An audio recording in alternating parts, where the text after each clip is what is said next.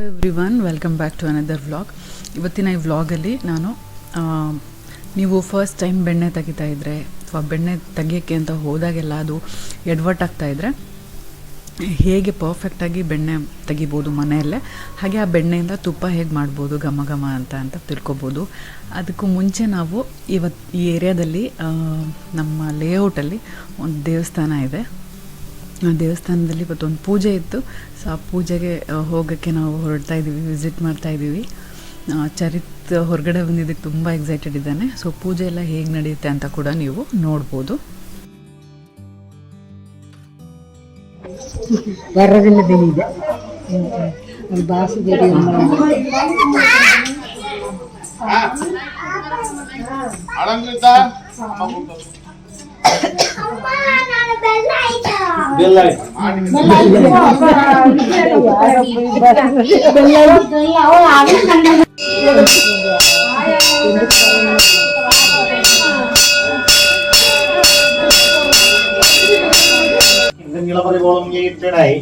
நந்தி மகந்தனை ஞான கொழுந்தனை முந்தியில் வைத்தனை ஒத்திகின்றேனே.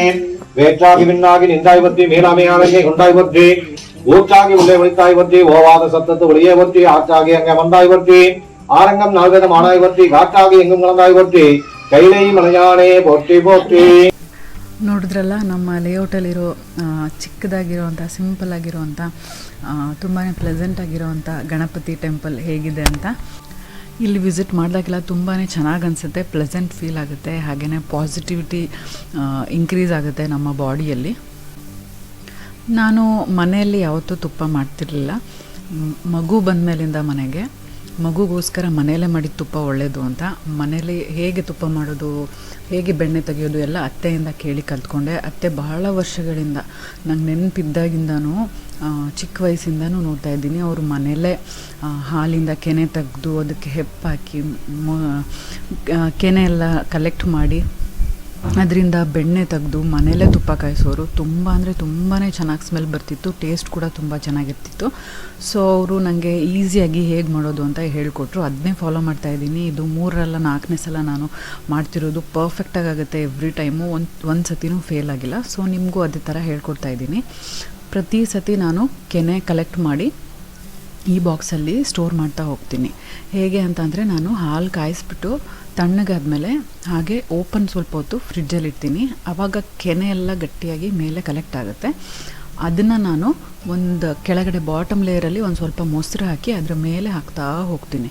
ಮೊದಲನೇ ದಿನ ನಾನು ಫುಲ್ ಹೊರಗೇನೆ ಇಟ್ಟಿರ್ತೀನಿ. ಹಾಗೆಯೇ ಬಾಟಲ್ ಫಿಲ್ ಆದಮೇಲೆ ಮೇಲೂ ಕೂಡ ಒಂದು ಸ್ವಲ್ಪ ಮೊಸರು ಹಾಕಿ ಕೊನೆ ದಿನ ಅಂದರೆ ನಾವು ಬೆಣ್ಣೆ ಮಾಡೋಕ್ಕೂ ಹಿಂದಿನ ದಿನವೂ ಕೂಡ ನಾನು ಪೂರ್ತಿ ದಿನ ಹೊರಗಡೆನೇ ಇಟ್ಟಿರ್ತೀನಿ. ಇದರಿಂದ ಚೆನ್ನಾಗಿ ಹುಳಿ ಆಗುತ್ತೆ. ನೀವು ಕ್ಯಾಪ್ ಓಪನ್ ಮಾಡಿ ಸ್ಮೆಲ್ ನೋಡಿದ್ರೆ ಚೆನ್ನಾಗಿ ಹುಳಿ ಸ್ಮೆಲ್ ಬಂದರೆ ಬೆಣ್ಣೆ ಯಾವಾಗಲೂ ಫೇಲ್ ಆಗೋದಿಲ್ಲ, ಪರ್ಫೆಕ್ಟಾಗಿ ಬರುತ್ತೆ. ಹಾಗೆಯೇ ಬೆಣ್ಣೆ ತೆಗೆದು ಮೇಲೆ ಹಾಕೋದಕ್ಕೆ ಅಂತ ನಾನು ಒಂದು ಪಾತ್ರೆಯಲ್ಲಿ ನೀರು ಇಟ್ಕೊಂಡಿದ್ದೀನಿ. ಹಾಗೆ ಅದಕ್ಕೆ ಐಸ್ ಕ್ಯೂಬ್ಸ್ ಕೂಡ ಹಾಕ್ತಿದ್ದೀನಿ. ಕೈಗೂ ಕೂಡ ಒಂಚೂರು ಅಂಟೋದಿಲ್ಲ. ಈಗ ನಾನು ಒಂದು ಬಾಕ್ಸ್ ಫುಲ್ ಕಲೆಕ್ಟ್ ಮಾಡಿರೋಂಥ ಬೆಣ್ಣೆ, ಅಂದರೆ ಇದು 15 ದಿನ ನಾನು 1 ಲೀಟ್ರ್ ಹಾಲಿಂದ ಕಲೆಕ್ಟ್ ಮಾಡಿರೋಂಥ ಬೆಣ್ಣೆ. ಈ ಬೆಣ್ಣೆನ ನಾನು ಈಗ ಒಂದು ಮಿಕ್ಸಿ ಜಾರಿಗೆ ಹಾಕ್ತಾಯಿದ್ದೀನಿ. ಅರ್ಧದಷ್ಟು ಒಂದು ಸಲಕ್ಕೆ, ಇನ್ನೊಂದು ಸಲಕ್ಕೆ 2 ಟ್ರಿಪ್ಪಲ್ಲಿ ಮಾಡ್ತಾಯಿದ್ದೀನಿ. ಒಂದು 60% ಅಷ್ಟು ಜಾರ್ ತುಂಬಿದೆ. ಇದಕ್ಕೆ ನಾನು ಒಂದು 2ರಿಂದ 3 ಐಸ್ ಕ್ಯೂಬ್ ಹಾಕಿ ಸ್ವಲ್ಪ ನೀರು ಹಾಕಿ ಪಲ್ಸ್ ಮೋಡಲ್ಲಿ ನಾನು ಮಾಡ್ತಿದ್ದೀನಿ. ಹಿಂದೆ ಅಂದರೆ 1 2 3 ನಂಬರ್ಗಿಂತ ಹಿಂದೆ ಇರುತ್ತಲ್ಲ ಪಲ್ಸ್ ಮೋಡು, ಅದರಲ್ಲಿ ಒಂದು ಸ್ವಲ್ಪ ಪಲ್ಸ್ ಮಾಡಿದ್ರೆ ಸಾಕು. ತಕ್ಷಣವೇ ಮಜ್ಜಿಗೆ ಸಪ್ರೇಟ್ ಆಗುತ್ತೆ, ಬೆಣ್ಣೆ ಸಪ್ರೇಟ್ ಆಗುತ್ತೆ. ಈ ವಿಡಿಯೋದಲ್ಲಿ ನಾನು ಮುಂದೆ ಕೆನೆ ನಾನು ಹೇಗೆ ಕಲೆಕ್ಟ್ ಮಾಡಿ ಬಾಕ್ಸಿಗೆ ಹಾಕ್ತೀನಿ ಅಂತ ಕೂಡ ತೋರಿಸ್ತಿದ್ದೀನಿ. ಯಾಕಂದರೆ ಫ್ರೆಶ್ ಬ್ಯಾಚ್ ಸ್ಟಾರ್ಟ್ ಮಾಡಿದ್ದೀನಿ ನಾನು ಮತ್ತೆ ಕೆನೆ ಕಲೆಕ್ಟ್ ಮಾಡೋದಕ್ಕೆ ಅಂತ. ಈ ಮಜ್ಜಿಗೆನ ಕೈಯಲ್ಲೂ ಕೂಡ ಕಡಿಬೋದು ನಿಮಗೆ ಅಥೆಂಟಿಕ್ಕಾಗಿ ಬೇಕು ಅಂದರೆ. ಬಟ್ ಯಾರಿಗೂ ಈಗ ಅಷ್ಟೊಂದು ಟೈಮ್ ಇರೋದಿಲ್ಲ, ಎನರ್ಜಿ ಕೂಡ ತುಂಬ ಬೇಕಾಗುತ್ತೆ, ಹಾಗೆಯೇ ಸ್ವಲ್ಪ ಟೈಮ್ ಕನ್ಸ್ಯೂಮಿಂಗು. ಅದಕ್ಕೆ ನಾನು ಈ ಕ್ವಿಕ್ ವೇಯಲ್ಲಿ ಮಾಡ್ತಿದ್ದೀನಿ. ಇದರಲ್ಲಿ ಒಂದು 10 ಸೆಕೆಂಡು ಕೂಡ ಆಗೋದಿಲ್ಲ, 10 ಸೆಕೆಂಡಲ್ಲೇ ಮಜ್ಜಿಗೆ ಸಪ್ರೇಟ್, ಬೆಣ್ಣೆ ಸಪ್ರೇಟ್ ಆಗಿಬಿಡುತ್ತೆ. ನೀವು ನೋಡ್ತಿರ್ಬೋದು. ಈಗ ನಾನು ಇದನ್ನು ಕೋಲ್ಡ್ ವಾಟರ್ ನಾನು ಏನು ಮಾಡಿಟ್ಟಿದ್ದೀನಿ ಐಸ್ ಕ್ಯೂಬ್ ಹಾಕಿ ಅದರೊಳಗೆ ಶಿಫ್ಟ್ ಮಾಡ್ತಾಯಿದ್ದೀನಿ. ಇದರಲ್ಲಿ ಹಾಕಿದ ತಕ್ಷಣವೇ ಮಜ್ಜಿಗೆ ಎಲ್ಲ ನೀರೊಳಗೆ ಮಿಕ್ಸ್ ಆಗೋಗುತ್ತೆ, ಬೆಣ್ಣೆ ಎಲ್ಲ ಸಪ್ರೇಟಾಗಿ ಮೇಲೆ ತೇಲ್ ಬರುತ್ತೆ. ಅದನ್ನು ಈಸಿಯಾಗಿ ನಾವು ಉಂಡೆ ಥರ ಮಾಡಿ ಮಜ್ಜಿಗೆ ಎಲ್ಲ ಹಿಂಡಿ ತೆಗೆದು ಬೆಣ್ಣೆಯ ಉಂಡೆ ಏನಿದೆ ಅದನ್ನು ಎತ್ತಿಟ್ಕೋಬೋದು. ಈ ರೀತಿಯಾಗಿ ನಾನು ಸೇಮ್ ವೇ ಸೆಕೆಂಡ್ ಟ್ರಿಪ್ ಕೂಡ ಮಾಡ್ತಿದ್ದೀನಿ. ಇಷ್ಟು ಕೆನೆಯಿಂದ 15 ದಿನದ ಕೆನೆಯಿಂದ ನೀವು ನೋಡ್ತಿರೋ ಹಾಗೆ ಆಲ್ಮೋಸ್ಟ್ 3/4 kg ಅಷ್ಟು ಬೆಣ್ಣೆ ಬರುತ್ತೆ. ನೀವು ಯೂಸ್ ಮಾಡ್ತಿರೋವಂಥ ಕೌ ಮಿಲ್ಕ್ ಮೇಲೆ ಡಿಪೆಂಡ್ ಆಗುತ್ತೆ. ನಂದಿನಿ ಹಾಲು ಅದರಲ್ಲಾದರೆ ಎಲ್ಲ ತುಂಬ ಕಡಿಮೆ ಕೆನೆ ಬರುತ್ತೆ. ಇದು ಹಸುವಿನ ಹಾಲು, ನಾವು ಮನೆಗೆ ಹಸುವಿನ ಹಾಲು ತರ್ತೀವಿ, ಅದಕ್ಕೋಸ್ಕರ ಇದು ತುಂಬ ಚೆನ್ನಾಗಿ ಕೆನೆ ಕಲರು ಹಾಗೆಯೇ ಫ್ಯಾಟ್ ಕಂಟೆಂಟ್ ಎಲ್ಲ ಚೆನ್ನಾಗಿರೋದ್ರಿಂದ ಥಿಕ್ಕಾಗಿರೋದ್ರಿಂದ ಇಷ್ಟೊಂದು ಬೆಣ್ಣೆ ಬಂದಿದೆ. ಇದನ್ನು ಕಾಯಿಸ್ಬಿಟ್ಟು ನಾನು ತುಪ್ಪ ಮಾಡಿದಾಗ ಎಷ್ಟು ಕ್ವಾಂಟಿಟಿ ಬರುತ್ತೆ ಅಂತ ಕೂಡ ನಾನು ತೋರಿಸ್ತೀನಿ.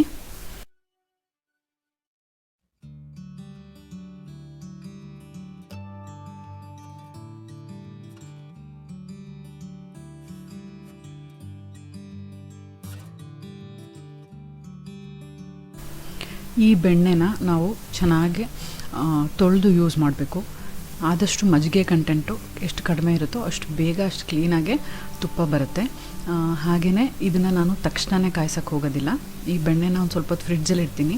ಆವಾಗ ಇನ್ನೂ ಮಜ್ಜಿಗೆ ಕಂಟೆಂಟ್ ಏನೇನಿದೆ ಅದೆಲ್ಲ ತಳಕ್ಕೆ ಬರುತ್ತೆ. ಅದನ್ನು ನಾನೆಲ್ಲ ಚೆಲ್ಲಿ ಆಮೇಲೆ ಕಾಯಿಸ್ತೀನಿ.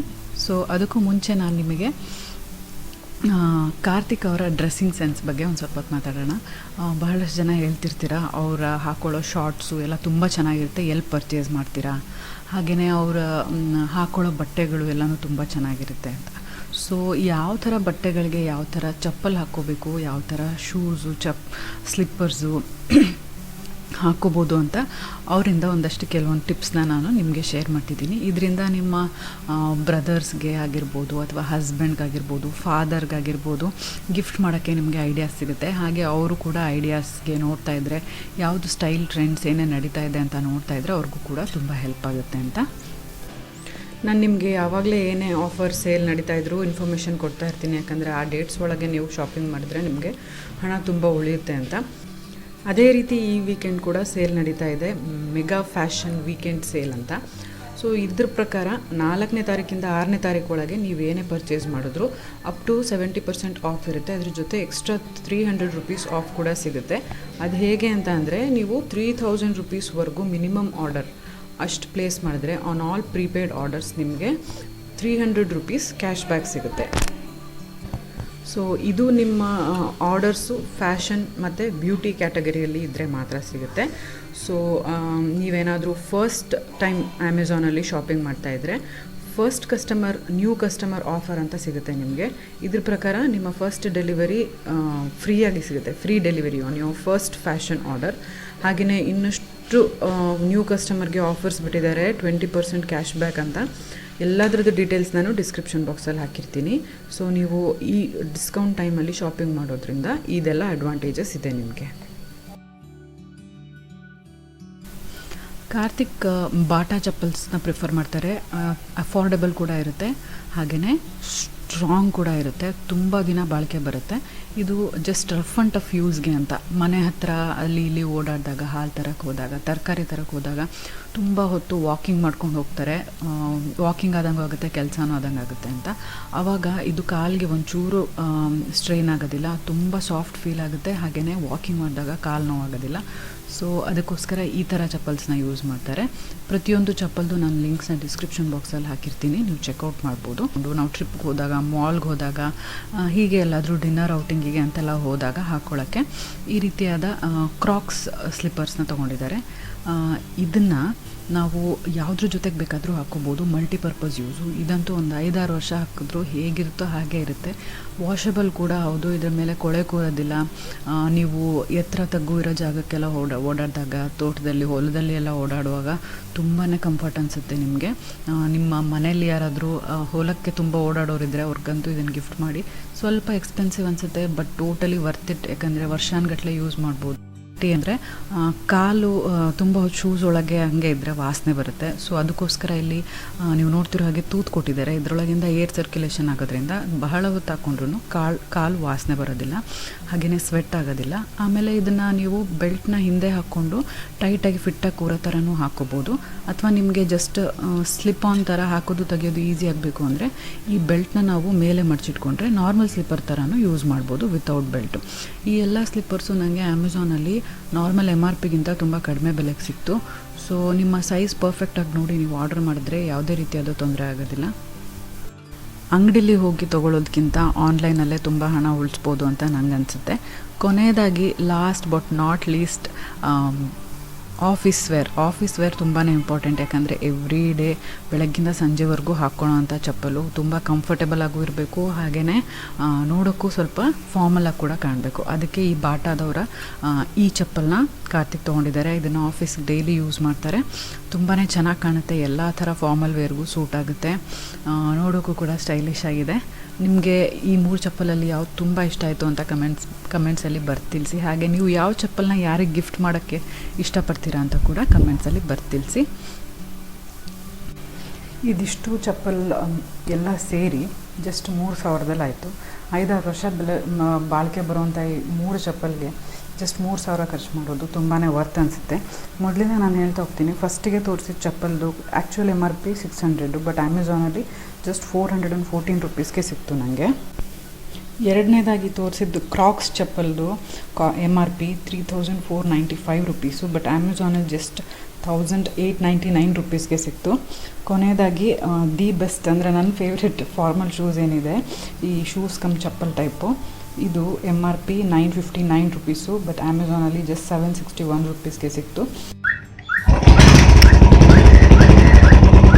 Have A nice day.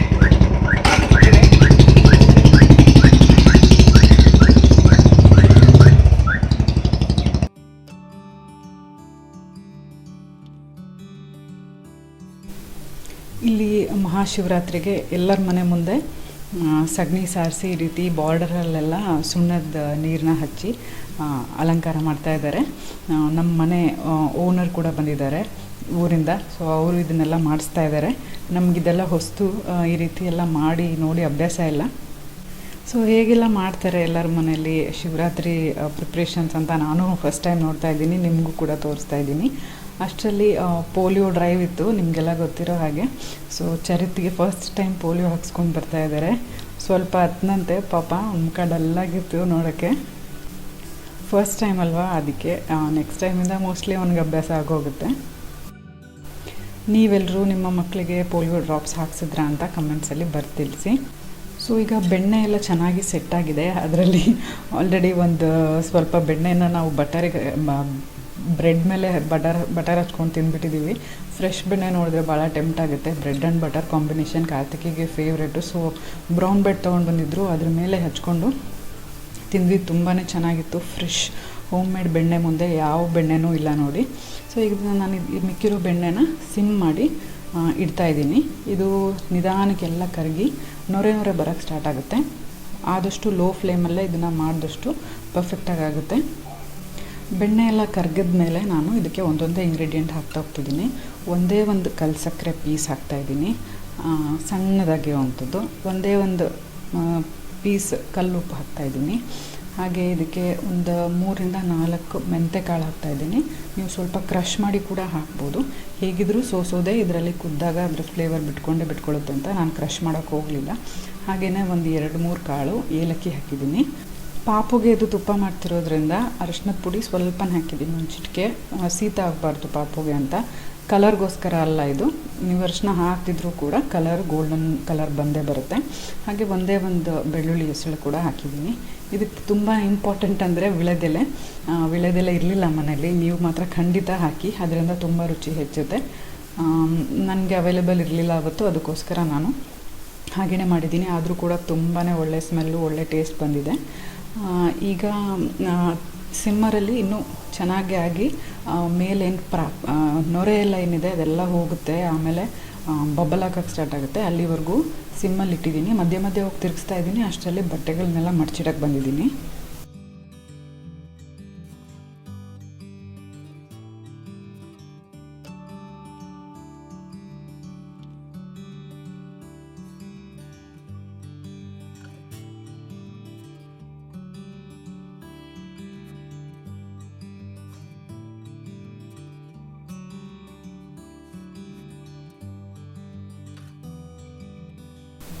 ಈಗ ನೀವು ನೋಡ್ತಿರ್ಬೋದು ಮೇಲೆ ನೊರೆ ಆಗಿದ್ದೆಲ್ಲ ಹೋಗಿದೆ. ಹಾಗೆಯೇ ಇನ್ನೇನಾದರೂ ಮಜ್ಜಿಗೆ ಪಾರ್ಟಿಕಲ್ಸ್ ಏನಾದರೂ ಇದ್ದರೆ ಅದೆಲ್ಲ ಉಂಡೆ ಆಗಿ ಬಾಟಮಲ್ಲಿ ಸೆಟ್ಲಾಗೋಕ್ಕೆ ಸ್ಟಾರ್ಟ್ ಆಗುತ್ತೆ. ಅದು ಸೆಟ್ಲಾಗೋಕ್ಕೆ ಸ್ಟಾರ್ಟ್ ಆದಾಗ ನಾವು ತುಂಬಾ ಕೇರ್ಫುಲ್ಲಾಗಿರಬೇಕು. ಅದು ಲೈಟ್ ಬ್ರೌನ್ ಆಗ್ತಿದ್ದಂಗೆ ನಾವು ಆಫ್ ಮಾಡಿಬಿಡ್ಬೇಕು. ಯಾಕಂದರೆ ಹೀಟಿಗೆ ಅದು ಇನ್ನೂ ಕುಕ್ಕಾಗಿ ಡಾರ್ಕ್ ಬ್ರೌನ್ ಆಗುತ್ತೆ. ಸೊ ಅದು ಡಾರ್ಕ್ ಬ್ರೌನ್ ಆಗಿದ್ದಾಗ ಕುಕ್ ಆಗಿದೆ, ತುಪ್ಪ ರೆಡಿಯಾಗಿದೆ ಅಂತ ಅರ್ಥ. ಹಾಗೆಯೇ ಬಬಲ್ ಕೂಡ ಬರೋಕ್ಕೆ ಸ್ಟಾರ್ಟ್ ಆಗುತ್ತೆ. ಅದು ಯಾವ ಸ್ಟೇಜು ಅಂತ ತೋರಿಸ್ತೀನಿ ನಿಮಗೆ. ಪಕ್ಕದಲ್ಲಿ ನಾನು ಊಟಕ್ಕೆ ರೆಡಿ ಮಾಡ್ತಿದ್ದೀನಿ. ಅನ್ನ ಸಾರೆಲ್ಲ ಆಗಿದೆ, ಪಾಪಡ್ ತೇಲಿಸ್ತಾ ಇದ್ದೀನಿ.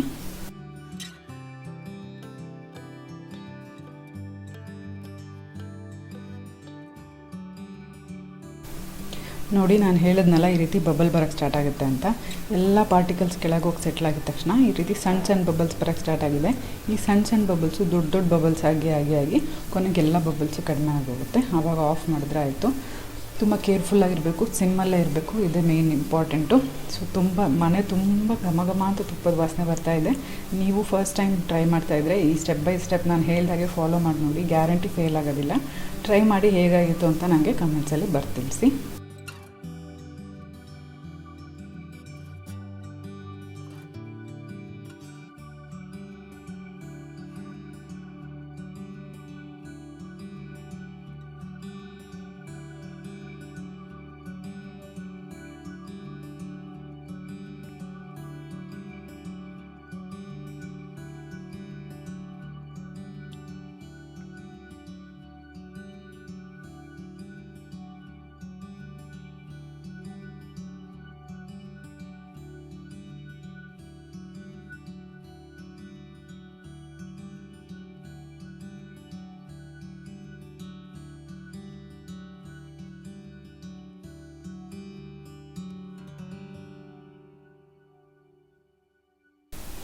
ಸೊ ಇವತ್ತಿನ ನಮ್ಮ ಊಟ ರೆಡಿಯಾಗಿದೆ. ಹೆಲ್ದಿ ಹುರುಳಿಕಾಳು ಬಸ್ಸಾರು ಮತ್ತು ಅನ್ನ ಮತ್ತು ಸಂಡಿಗೆ ತುಂಬಾ ರುಚಿಯಾಗಿರುತ್ತೆ. ಈ ಬಸ್ಸಾರಿನ ರೆಸಿಪಿ ನಾನು ಆಲ್ರೆಡಿ ಶೇರ್ ಮಾಡಿದ್ದೀನಿ. ಆ ವಿಡಿಯೋ ಲಿಂಕ್ ಏನಾದರೂ ಇದ್ದರೆ ನಾನು ಡಿಸ್ಕ್ರಿಪ್ಷನ್ ಬಾಕ್ಸಲ್ಲಿ ಹಾಕಿರ್ತೀನಿ. ನೀವು ಹುರುಳಿಕಾಳು ಬಸ್ಸಾರು ಟ್ರೈ ಮಾಡಿ ನೋಡ್ಬೋದು ಆ ರೆಸಿಪಿ ಮೂಲಕ. ಇದು ಅತ್ತೆಯಿಂದ ಕಲ್ತಿರೋವಂಥ ಬಸ್ಸಾರು ತುಂಬ ರುಚಿಯಾಗಿರುತ್ತೆ. ಆಲ್ಮೋಸ್ಟ್ ಮೀನು ಸಾರಿದ್ದಂಗೆ ಇರುತ್ತೆ. ಹಾಗೆಯೇ ಈಗ ತುಪ್ಪ ತಣ್ಣಗಾದ್ಮೇಲೆ ನಾನು ಒಂದು ಗ್ಲಾಸ್ ಜಾರ್ಗೆ ಶಿಫ್ಟ್ ಮಾಡ್ತಾಯಿದ್ದೀನಿ.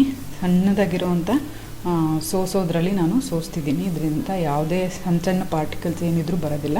ಈಗ ನೋಡ್ತಿರ್ಬೋದು ಎಷ್ಟು ಕ್ಲಿಯರಾಗಿರೋವಂಥ ತುಪ್ಪ ರೆಡಿಯಾಗಿದೆ. ಇದಕ್ಕೆ ಇಂಗ್ಲೀಷಲ್ಲಿ ಕ್ಲಾರಿಫೈಡ್ ಬಟರ್ ಅಂತಾರೆ, ಯಾಕಂದರೆ ಎಷ್ಟು ಕ್ಲಿಯರಾಗಿರುತ್ತೆ. ಅದಕ್ಕೋಸ್ಕರನೇ ಇದು ತಣ್ಣಗಾಗ್ತಾ ರವೆ ಥರ ಆಗುತ್ತೆ. ತುಂಬಾ ಬ್ಯೂಟಿಫುಲ್ಲಾಗುತ್ತೆ. ನಾನು ಆಗಲೇ ಹೇಳಿದಾಗೆ ನಾನು ಹೇಗೆ ಬೆಣ್ಣೆ ಮಾಡೋಕ್ಕೆ ಕೆನೆ ಕಲೆಕ್ಟ್ ಮಾಡ್ತೀನಿ ಅಂತ ತೋರಿಸ್ತಿದ್ದೀನಿ. ಈ ರೀತಿಯಾದ ಒಂದು ಬಾಕ್ಸಲ್ಲಿ ನಾನು ಬಾಟಮಲ್ಲಿ ಸ್ವಲ್ಪ ಮೊಸರು ಹಾಕಿದ್ದೀನಿ. ಅದ್ರ ಮೇಲೆ ನಾನು ಕೆನೆನ ಹಾಕ್ತಿದ್ದೀನಿ. ಇದು ಫ್ರಿಡ್ಜಲ್ಲಿ ಕೂಲಾಗಿದೆ. ಸೊ ಕೆನೆ ಚೆನ್ನಾಗಿ ಒಂದು ಲೇಯರ್ ಥರ ಆಗಿದೆ. ಇದನ್ನ ಚಾಕುವಿಂದ ನಾನು ಬಾರ್ಡ್ರೆಲ್ಲ ಬಿಡಿಸ್ಕೊಂಡಿದ್ದೀನಿ. ಕ್ಲೀನಾಗಿ ವಾಶ್ ಮಾಡಿ ಡ್ರೈ ಮಾಡಿರೋಂಥ ಕೈಯಲ್ಲಿ ನಾನು ಕೆನೆನ ಎತ್ತು ಹಾಕ್ತಿದ್ದೀನಿ. ಸ್ಪೂನಲ್ಲಿ ಕೂಡ ನಾನು ಟ್ರೈ ಮಾಡಿ ನೋಡಿದ್ದೀನಿ, ಬಟ್ ಬ್ರೇಕ್ ಆಗೋಗುತ್ತೆ ಕೆನೆ. ಕೈಯಲ್ಲಿ ನನಗೆ ಬೆಸ್ಟ್ ಅನಿಸ್ತು. ಸೊ ಕ್ಲೀನ್ ಹ್ಯಾಂಡ್ಸಲ್ಲಿ, ಡ್ರೈ ಹ್ಯಾಂಡ್ಸಲ್ಲಿ ಈ ರೀತಿ ತೆಗೆದು ಕಲೆಕ್ಟ್ ಮಾಡ್ತಾ ಹೋಗ್ತೀನಿ. ಬಾಕ್ಸ್ ಫುಲ್ ಆದಮೇಲೆ ನಾನು ಹುಳಿ ಬರೋ ಥರ ಮಾಡಿಕೊಂಡು ಆಮೇಲೆ ಸೇಮ್ ಬೆಣ್ಣೆ ತೆಗೆಯೋ ರೂಟೀನ್ನ ಫಾಲೋ ಮಾಡ್ತೀನಿ. ಸೊ ಇವತ್ತಿನ ಈ ವ್ಲಾಗು ಇಂಟ್ರೆಸ್ಟಿಂಗ್ ಆಗಿತ್ತು, ಹಾಗೆ ಇನ್ಫಾರ್ಮೇಟಿವ್ ಆಗಿತ್ತು ಅಂತ ಅಂದ್ಕೊಂಡಿದ್ದೀನಿ.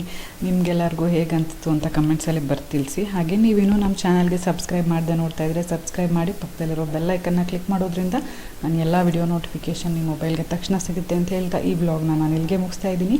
C you all in my next vlog. Till then take care. Bye.